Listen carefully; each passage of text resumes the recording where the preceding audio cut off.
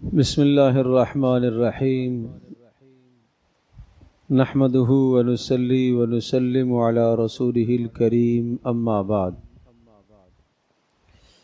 پیارے پیغمبر صلی اللہ تعالی علیہ وسلم جو اسلامی مبارک تعلیمات لے کر آئے ہیں، ان تعلیمات میں حضرت صلی اللہ تعالی علیہ وسلم نے تمام کے تمام طبقات کے حقوق کو بیان فرمایا ہے۔ کمزور سے کمزور طبقہ بھی، کمزور سے کمزور مرد بھی کسی ظلم کا شکار نہ ہو، اور کوئی ظالم اس کی کمزوری سے، اس کی قسمہ پرسی سے کبھی بھی فائدہ نہ اٹھائے۔ حضرت صلی اللہ تعالی علیہ وسلم نے اپنے ماتحت غلاموں کے اور اپنے ماتحت ملازموں کے اور کام کرنے والوں کے جو حقوق بتلائے ہیں، وہ تمام کے تمام حقوق 3 باتوں میں منحصر ہیں۔ اگر یہ 3 باتیں آپ نے ذہن نشین کر لی تو سمجھ لیا جائے گا کہ آپ نے اپنے ماتحت کام کرنے والے ملازموں کے حقوق کو پہچان لیا۔ کتنی باتیں؟ 3 باتیں۔ پہلی بات تو رسول اللہ صلی اللہ تعالی وسلم کی تعلیم سے ہمیں یہ ملتی ہے، آپ علیہ الصلاۃ والسلام نے ارشاد فرمایا، اعطوا الاجیر اجرہ، اجیر کو، مزدور کو اس کی مزدوری دے دیا کرو، اس کا پسینہ خشک ہونے سے پہلے۔ یہ اشارہ اس بات کی طرف ہے کہ مزدور کی مزدوری دبانا، مزدور کے مال کو دبا لینا، اگر دے دیا تو یہ بھاگ جائے گا، اور اگر اس کو پیمنٹ میں نے آج کر دی تو یہ دوبارہ نہیں آئے گا۔ اس طرح سے کسی کی اس نظریے سے اس کے مال کو اور اس کی اجرت کو اپنے پاس پھنسا کر رکھنا یہ جائز نہیں ہے۔ یہ رسول اللہ صلی اللہ تعالی وسلم کی تعلیمات کے خلاف ہے۔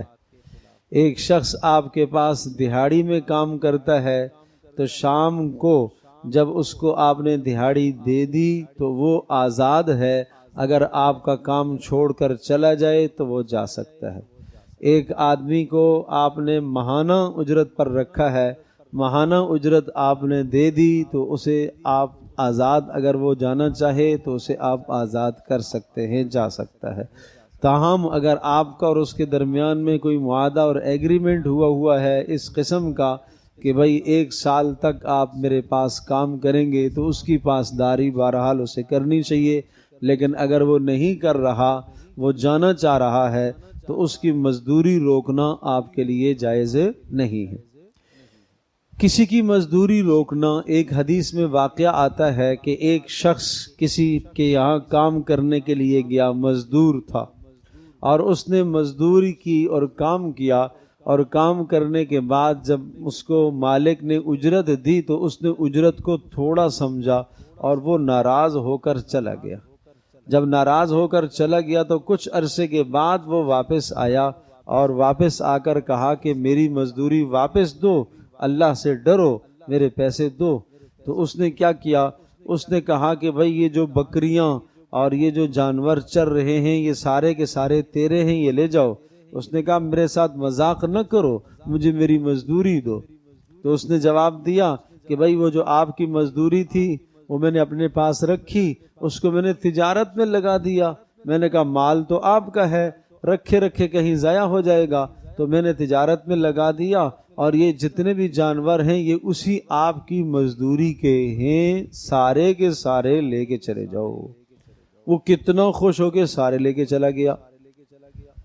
یعنی وہ کہہ سکتا تھا کہ جو مزدوری آپ کی بنتی تھی وہی ہے، یا اس سے تھوڑی سی اوپر دے دیتا اور یہ سارے جانور اپنے پاس روک لیتا، یہ جائز تھا، لیکن اس نے ایسا نہیں کیا۔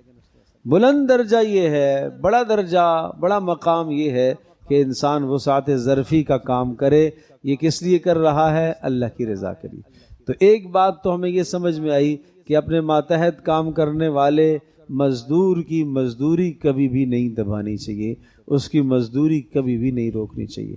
دوسری بات، رسول اللہ صلی اللہ علیہ وسلم کی تعلیمات سے ہمیں یہ پتہ چلتی ہے، پیارے نبی صلی اللہ تعالی علیہ وسلم نے اس بات سے روکا کہ تم اپنے ماتحتوں پر ظلم نہ کرو، زیادتی نہ کرو۔ آج وہ تمہارے پاس کام کر رہا ہے، وہ مجبور ہے، وہ تمہاری کڑوی بات کو بھی سن لیتا ہے، بری بات کو بھی سن لیتا ہے، سخت بات کو بھی سن لیتا ہے، لیکن یاد رکھنا یہ سخت بات کا کرنا یہ آخرت میں آپ کی پکڑ کا سبب بن سکتا ہے۔ حضرت عبداللہ بن عمر رضی اللہ تعالیٰ عنہ فرماتے ہیں، ایک شخص رسول اللہ صلی اللہ علیہ وسلم کی خدمت میں آیا اور کہا، اللہ کے رسول، کتنا میں اپنے خادم نوکر کو کتنا معاف کیا کروں؟ آپ چپ رہے۔ پھر اس نے پوچھا کتنا معاف کروں؟ پھر آپ چپ رہے۔ پھر اس نے پوچھا کتنا معاف کروں؟ آپ نے فرمایا روزانہ 70 مرتبہ۔ روزانہ 70 مرتبہ اگر وہ قصور کرے تو تم اس کو معاف کر دیا کرو، معاف کر دیا کرو، درگزر کیا کرو، درگزر کیا کرو۔ اس قدر غلاموں کو، اس قدر اپنے ماتحت کام کرنے والوں کو اس قدر مت ڈانٹا کرو کہ اس کی عزت مجروح ہو۔ وہ شام کو آپ کے پاس سے جائے اور گھر میں آنسو لے کے جائے، اس کی آنکھوں سے آنسو ہوں، اور وہ گھر کے اندر جا کے چپ چپ بیٹھا ہوا ہے۔ بیوی پوچھ رہی ہے بیٹا کیا ہوا، ماں پوچھ رہی ہے بیٹا کیا ہوا، بیوی پوچھ رہی ہے صاحب کیا ہوا، بچہ پوچھ رہا ہے ابا جی کیا ہوا، یہ بول ہی نہیں پا رہا۔ اس کے دل میں ایک صدمہ ہے اس ڈانٹ کا، وہ جو تھپڑ آپ نے لگا دیا اس تھپڑ کا صدمہ ہے اس کے دل میں۔ یہ آپ کے لیے بڑے خطرے کی بات ہے، یہ آپ کے لیے بڑی خطرناک بات ہے۔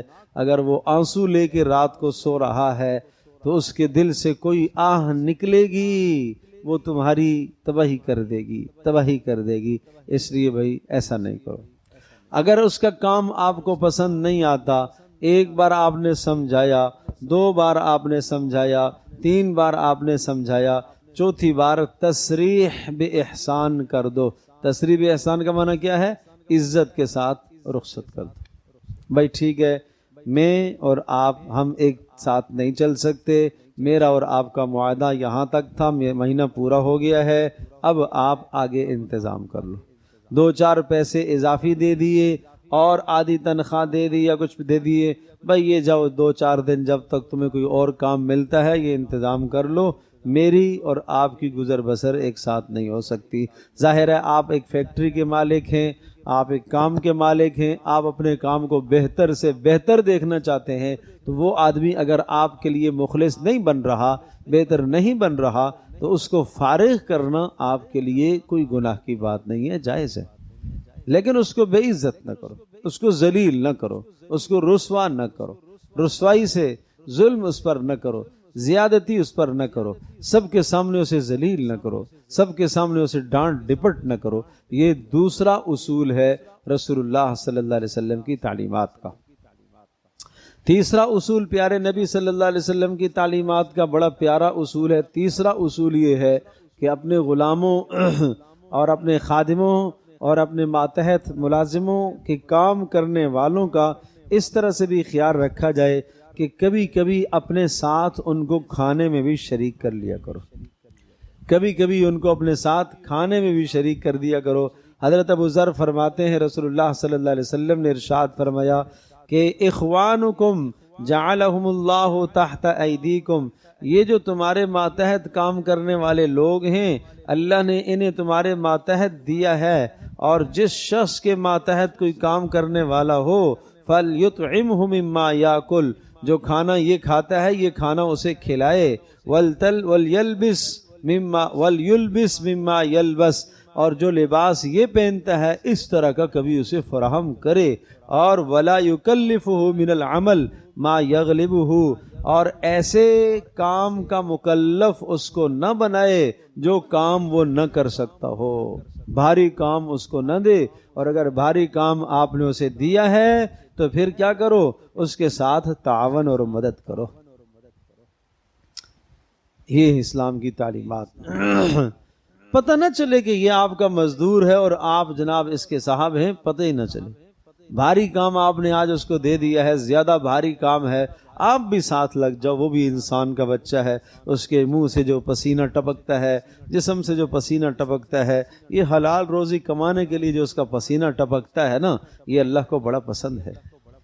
یہ ہاتھ پر جو اس کے چھالے پڑ گئے ہیں اور ہاتھ پر نشان پڑ گئے ہیں، رسول اللہ صلی اللہ علیہ وسلم نے اس کے ہاتھ کو چوما ہے. یہ پیارا ہاتھ ہے جو حلال روزی کما رہا ہے، حلال روزی کما رہا ہے، اس کو حقارت سے نہ دیکھو. تو یہ میں نے عرض کیا رسول اللہ صلی اللہ تعالی وسلم کی تعلیمات کا جو خلاصہ ہے. 3 باتیں میں نے بتائی ہیں.